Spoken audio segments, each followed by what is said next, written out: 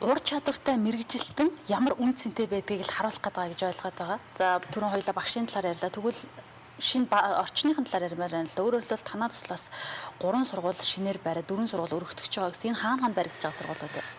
Тэгээ боловсролын яамтай байгуулсан хөрөн тэр санамж жижигхэн хүрээнд бол 4 сургуулийг бид нэр одоо шинжил сайжруулж тогтжуулж өгнө гэсэн.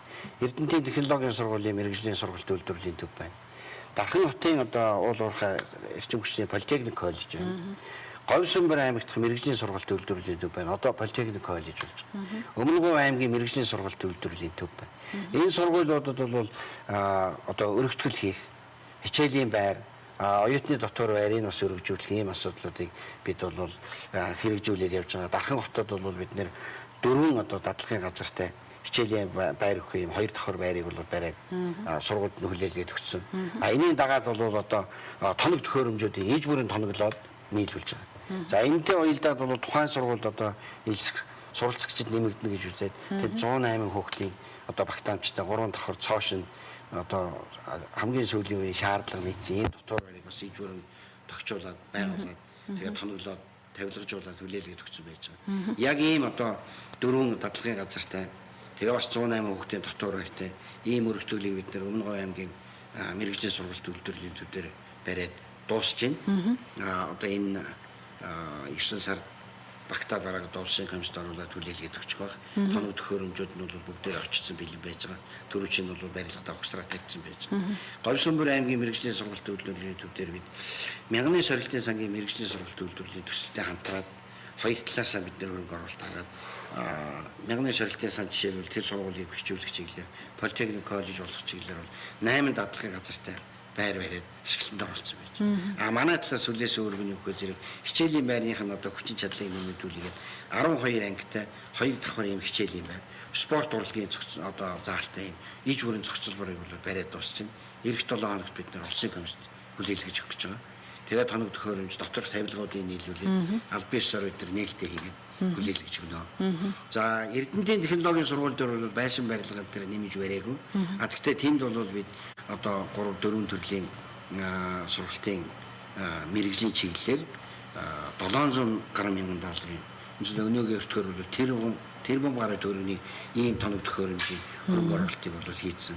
Хөрөнгө оруулалт одоо тэр тоног төхөөрөмжүүдийг нийлүүлсэн компанийн улсуудыг бид нэр Канадаас, Германаас урьж авчираад тэгээд багш нарт нь бол яаж ашиглах вэ, яаж сургалтанд явуулах вэ гэх ашиглалтыг одоо огсорч өгөөд зааж өгөө тэгээд одоо яаж ашиглах вэ гэдгийг зааж өгөө багш нарын сургаад тэгээд сургалтанд одоо бол амжилттай хэрэгжилж байгаа. Ийм одоо 4 сургуулийн шинжилэл бол явагдаж зарим нь бол дууссан байж байгаа. Үүний хажуугаар бол шинээр бид 3 сургалтын төв, уул уурхайн чиглэлийн сургалтын төв барина гэсэн. Налах дүүрэгт бол бид одоо цоошин сургуулийн технологийн сургуулийн барилга бариад бас дуусч байна. Энэ 10 сарын ихээр бол улсын комиссд хүлээлгэж өгнө. Тэнд бас дотор байртай ийм одоо барилга баригдаж байгаа. За энэ барилгыг бол засгийн газрын тогтоолоор Герман улсын хамтарсан технологийн дээд сургууль болгоно гэсэн ийм шийдвэр гаргацсан. Тэгээд одоо цаашдаа бол боловсролын яам, оюутлогын компани, Германы хөрөнгө оруулагчдаар ингээд хамтраад бол энэ сургуулийг ашиглах тал дээр бол бид одоо бас ажиллаж байна. За нэг сургуулийг бол Өмнө Говь аймгийн 70 задаг дотоод бол цоошин уул уурхайн ийм жишг одоо техник технологийн сургууль барина гэсэн. Бүх дизайн зураг юмнууд бол гарцсан. Бид нар одоо газар шорооны ажлаа бол удахгүй эхлүүлэх гэж байгаа. Тэгээ 2014 оноос бол энэ сургууль бол баригдах баг. За үүнээс гадна Өмнө Говь аймгийн Хамбогд сумын төв дээр бид сургалтын төв байсан. Энэ сургалтын төв маань бол 2 үндсэн чиглэлээр үйл ажиллагаа явах. Нэгдүгээрт бол Өмнө Говь аймгийн Хамбогд сумын иргэдэд зориулсан төр хугацаагаар одоо янз бүрийн одоо хэрэгцээ шаардлага байж байгаа тухайн орон нутгийн хүмүүст. Тэр хүмүүстэн зориулсан орон нутгийн иргэдэд чиглэсэн богино хугацааны сургалтуудыг тэнд явуулах ийм зорилготой. Нөгөө талаас бол Өмнө Говь аймгийн Хамбогд сум өөрөө энэ оюутлогыг дагаад, уул уурхайг дагаад, тэгээд энийг дагаж эрчимжиж байгаа орон нутгийн бизнесийг дагаад орон нутгийн иргэд хүмүүс бол янз бүр одоо мэрэгжил эзэмших одоо сонирхол бас нэлээд байна. Энэнд нь тулгуурлаад бол бид нэгдүгээрт бол тэр хүмүүс бас мэрэгжил эзэмшүүлж уул уурхай чиглэл. Хоёрдугаарт бас хүн амын өсөн нэмэгдэж байгаа хүн амын хэрэгцээг төлөвлөж дунд сургуулийн ахлахын хүүхдүүд ямар нэгэн ажилгүй мэрэгжилгүй залуучуудад мэрэгжлийн чиг баримжаа олох чиглэлийн одоо сургалтуудыг явуулъя. Энэ дээр бол зүгээр ажилгүй мэрэгжилгүй залуучууд байж болж.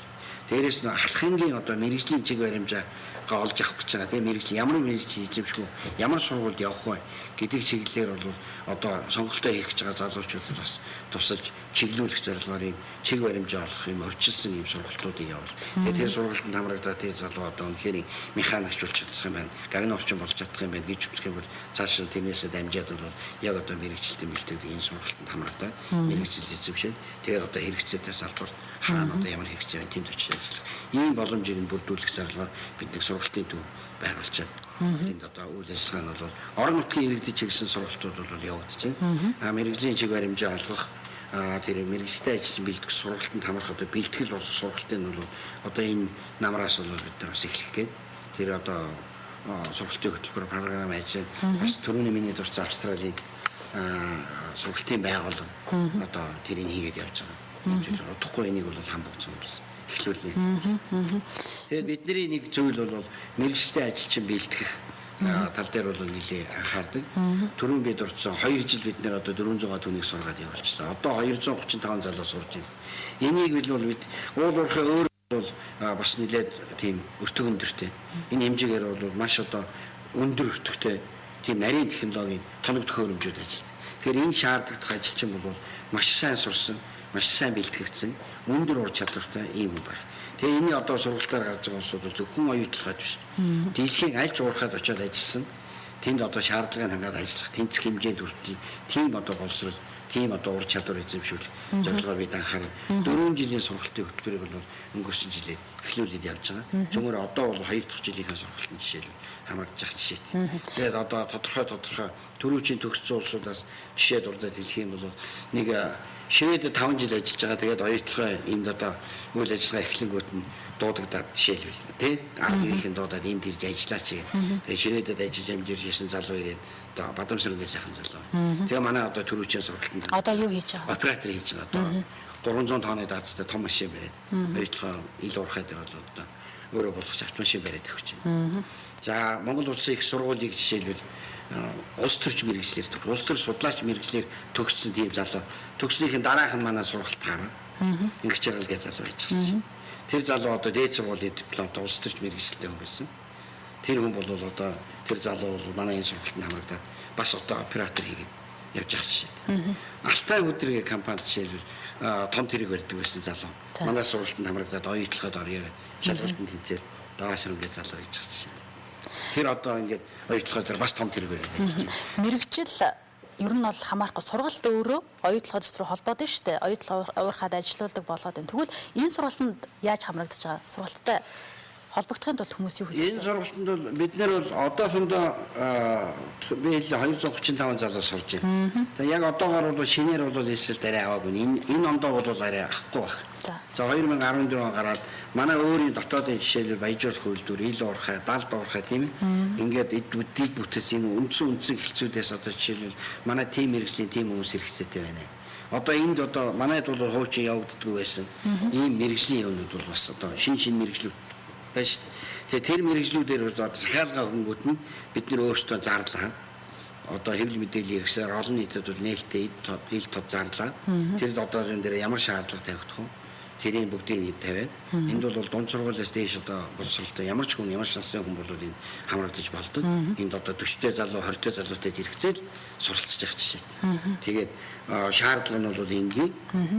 Тэгээд манай өөрийнх нь бол сургалтаараа дамжуулаад тэр одоо бол шаардлагатай байгаа тэр чадваруудыг тэр чадамжуудыг эзэмшүүлэх ийм зорилго тавьж байгаа учраас бол тийм энгийн шаардлага тавьж байгаа. Тэгээд тэнд одоо тэнцээд тусгай шалгууруудыг даваад тэгээд сургалтанд орох юм бол сургалтанд хамрагдаад дээрээс давхар одоо стипенд аваад тэгээд суралцж байгаа. Тэгээд сургалтаа төгсөөд амжилттай төгсөөд одоо өнөөдөр оюутлахын шаардлагыг хангалаа гэж үзэх юм бол тухайн ажлын байран дээр тэр хэлцээр очиж ажиллах ийм болчиход байж байгаа. Би тэр зарим хүмүүсийг нэрсээрэнд орлоо тийм. Баяжуулах үйлдвэр ихтэл одоо 60 баяжуулах үйлдвэрийн оператор залуу ээлжилт авъя гэж баяжуулах үйлдвэр 2011 он захиалгаагаар бид нар дархны технологийн коллеж дээр бэлтгэсэн. Тэр 60 залуу бол жаруулан уул уурхайн мэрэгжлэр дээд сургууль төгссөн зөвмөрөө бакалаврын дипломтой залуучууд хийж сурсан. Тэгээд одоо өнөөдөр бүгдээрээ оюутлогоо дээр механик засварч операторын ингээд амжилттай сайхан ажиллаад явж байна. Ийм олон жишээ бол дурдж болно. Оюутлогоо төсөл хэрэгжээд эхлэхээр хүн болгон оюутлогод яаж орох вэ, яах вэ гэж эрэлхийлжсэн л да. Үнэхээр ч том төсөл. Гэтэл саяхан Риотинто хөрөнгө оруулалтаа зогсоогоод 1200 ажилтныг төр чөлөөсөн чинь хүмүүс яг энэ сургалтын хилцээг нь ахалж ажиллаж байгаа хүний хувьд хүмүүст юу гэж хэлмээр байна? Яг бидний тэр шинээр хэлсэлт авах зараа гаргахтаа тодорхой шалгуурууд тавьдгийг.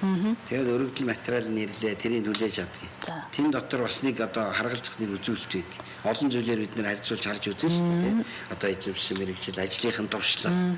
Тийм ээ. Тэгээд өмнө нь бас одоо уурхайн талбар дээр ажиллаж байсан үгүй юу?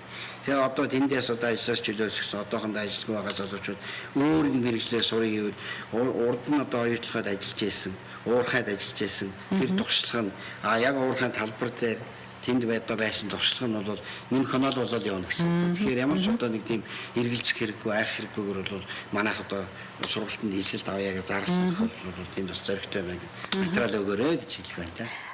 Та өөрөө яг оюутлогоо компанитай холбогдоод хэр удаж байгаа юм бэ? Өөрөөр хэлбэл Инхбаатар гэдэг энэ хувь хүн оюутлогоо компанид бас яаж орж исэн тэр талаараас ярихгүй.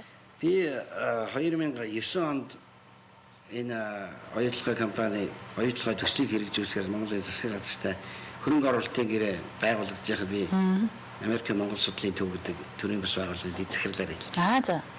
Тэгээд тухайн үед бол дөнгөж хөрөнгө оруулалтын гэрээ зурагчсны дараах нь бол бас одоо тодорхой ажлын байрнуудыг зар гарч ирсэн. Тэгээд тэнд бол ороод тэгээд оюутлогоос суцтаад тэгээд одоо энэ дээр ажиллах юм сонирхол байна уу. Тэгээд уулзаад ярилцаад тэгээд одоо 2009 онд би 11 сард оюутлогын компани сургалтын албанд орсон. Тэрүүд бол бүх юм шиг сургалтын одоо хилцс маань бол байгуулагдчихсан. Хоёр хүн зэрэг ороод хоёр хүнтэй одоо хүний нөөцийн хилцээ нэг хэсэг бол ажиллаж байсан. Энэс хойш одоо 4 дахь жилээ бол сургалтын хилцс маань өөрөө томроод үндсэндээ 2-3 ийм том хэсэг болцсон ажиллаж байна. Зөвхөн одоо нийгэм рүү чиглэсэн мэрэгжлийн боловсруулалтын тэтгэлэг хөтөлбөр рүү чиглэсэн энэ хилцэтгэл одоо 12 хүн хоёр одоо дагалдан туслах хэйтэнтэй бол 14-5 хүн ажиллаж байна. Ганцхан гадаадын ажилттай бусдаа монголчууд залуучууд ажиллаж байна. За хоёулангийн ярилцах цаг үндсэндээ энэ түрээд өндөрлөж байна. Өнөөдөр ярилцсан танд баярлалаа. Тэгэхээр үзэгчдээ өнөөдөр Эглийн студид за оюутлогын сургалтын хилцээ ахлах мэрэгжүүлэлтэн Инхбаатар ажиллаа. Ингээд оюутлогын төслийн талаар танаас дэлгэрэнгүй мэдээлэл өглөө. Өөрөөр хэлбэл сургалтын хилцгээд энэ хилцээний талаар бас илүү дэлгэрэнгүй мэдээлэл өгөхийг зорьсон. Учир нь юу гэвэл оюутлогын төсөлд хамрагдаж ажиллах хүсэлтэй залуучууд маш олон байгаа. Зөвхөн уулуурхайн чиглэлээр төгссөн биш өөр мэрэгжлийн хэрнээ сургалтанд хамрагдаад бас энэ төсөлд хэрхэн холбогдож чадах вэ? Заавал дээд сургууль төгсөөд бакалаврын диплом өөртөлөх гэлтгүй мэрэгжилтэй ур чадвартай ажилтан бас өнөөдөр ямар үнд цэнтэй гэдгийг бас Инхбаатар ахын ярианаас үзэгч та бүхэн дэлгэрэнгүй ойлгосон бахаа гэж найдаж. Ингээд ярилцсан танд баярлалаа. Ажилтан